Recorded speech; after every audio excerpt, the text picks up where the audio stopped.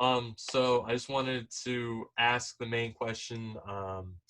Before the XFL ended up being canceled, were there any uh, rumblings or like things that you knew of before it actually ended up happening? No, not at all. As a matter of fact, um, the feedback and uh, even just the obvious financial gains that the league had made would have led everyone to believe that the league was somewhat prospering. So I do think that COVID-19 um, ended up having um, the ultimate ill effect on the league, and it was the real reason that things went the way that they went. And were you surprised by the announcement like right away?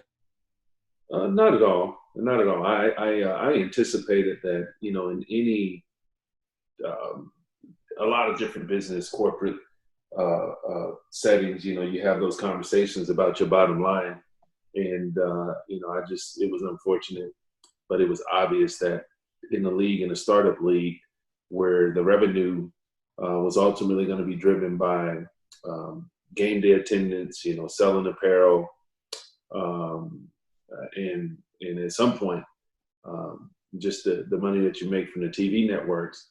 I just knew that when there was really no certainty of when we would be able to play again, that it would be hard to overcome the financial loss. I think ultimately, though, the WWE was funding the XFL, and when WrestleMania was adjusted, should I say, and they had to do it in the studio and all the revenue. That was like the Super Bowl Mhm. for the WWE. We just, I knew that it could end up being a trickle down effect and not end well for us.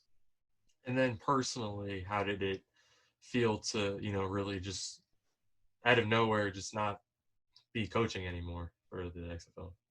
No, it was. I guess my perspective was such that when you just look at the news and look at the effects that COVID-19 had on the real world, not just the sports world, it gave you a different perspective. You didn't feel like um, it was, it was anything that we had done on our end. It was something that was out of our control, and with us being in a situation where we we relied on people being in the stands, and we knew that that wouldn't happen. I understood that it was a necessary evil of sorts that we had to shut things down. But I've been doing this for a long time, and transition and change is the norm, and so it is what it is. Um, and so, say the whole pandemic didn't end up happening and the XFL continued, did you feel with other startup leagues, some of their success hasn't really been there? Did you feel that the XFL, this XFL time, would have had a little bit more success and kept going past like a year, possibly? Well, I don't know that.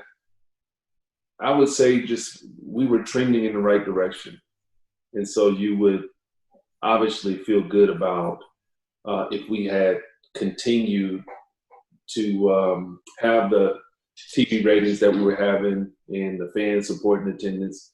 You would think that it was something that was truly plausible and it could have continued for years to come. So I thought we had a good thing going. I enjoyed the heck out of the DC Defenders fans, and I call them the 12 pack and the beer snake and all that good stuff. It was a fun environment, but who knows? Nobody knows if it would have worked out or not. Um, I just wanted to ask like a question, not really on the topic, but I feel everyone knows PFT commentator.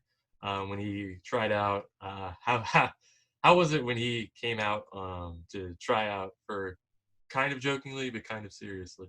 It was. I had no clue of who he was prior to that tryout down in Houston, and as I mentioned to him, I was shocked to see that he could actually kick the ball through the uprights. So that was a pleasant surprise. He has a cult following of sorts, and it was fun. It was a fun experience. It brought great publicity to the XFL, and he was a true DC Defenders fan. So that was fun.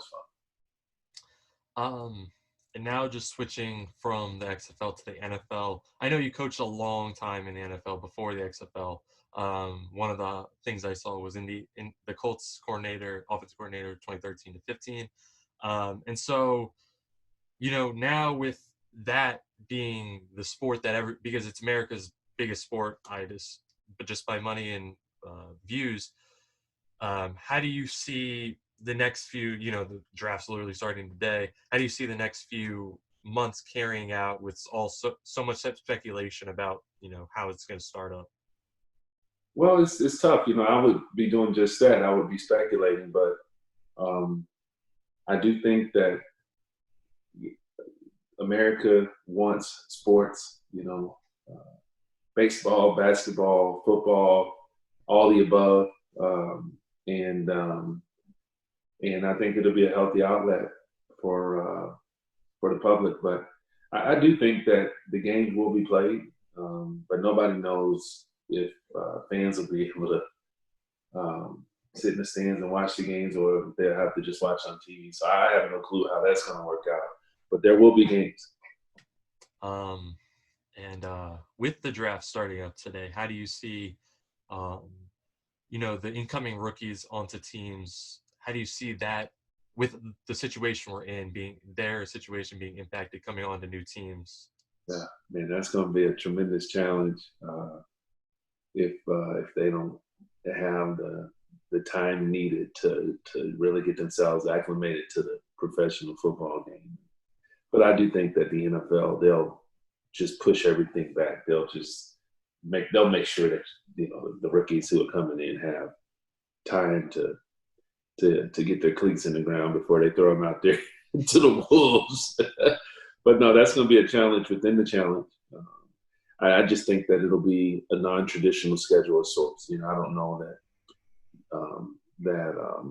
that the rookies will have as much time to get themselves ready to compete for jobs and to play in NFL games, but they'll have the practices. It may just be condensed. Um, and going from players already in the league right now, I know you're not coaching currently, but how have you seen a lot of the players try to stay fit or just make sure that their body's ready once the time comes, even though they can't really go practice with everyone else?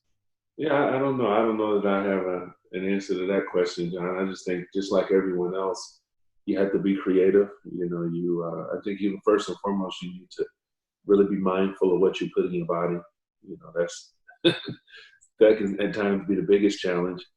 But just there's no substitute for running, and so you got to get out and run. You got to run on a treadmill. You got to run around the house, the yard, in the parking lot or something. There's something, there's a place that you have to run in place, maybe, but it's going to be important that guys and the girls, that play sport, they have to just get out and run. And just with coaches, how do you feel they're trying to accommodate towards the specific time? The same way that we are, just Zoom meetings. We had to do this in the XFL last year, leading up to our draft and to our season. We had Zoom meetings. All the coaches were scattered all across the country. We didn't have a home facility until we actually brought the team in for minicamp in December. So Zoom meetings and conference calls and using the resources and the technology we have to get the job done. And so, you talked about earlier with that there will be games. Do you see there possibly being a delay or starting right on time with no fans, or just with a different schedule? How do you see My that? my guess is there may be a delay.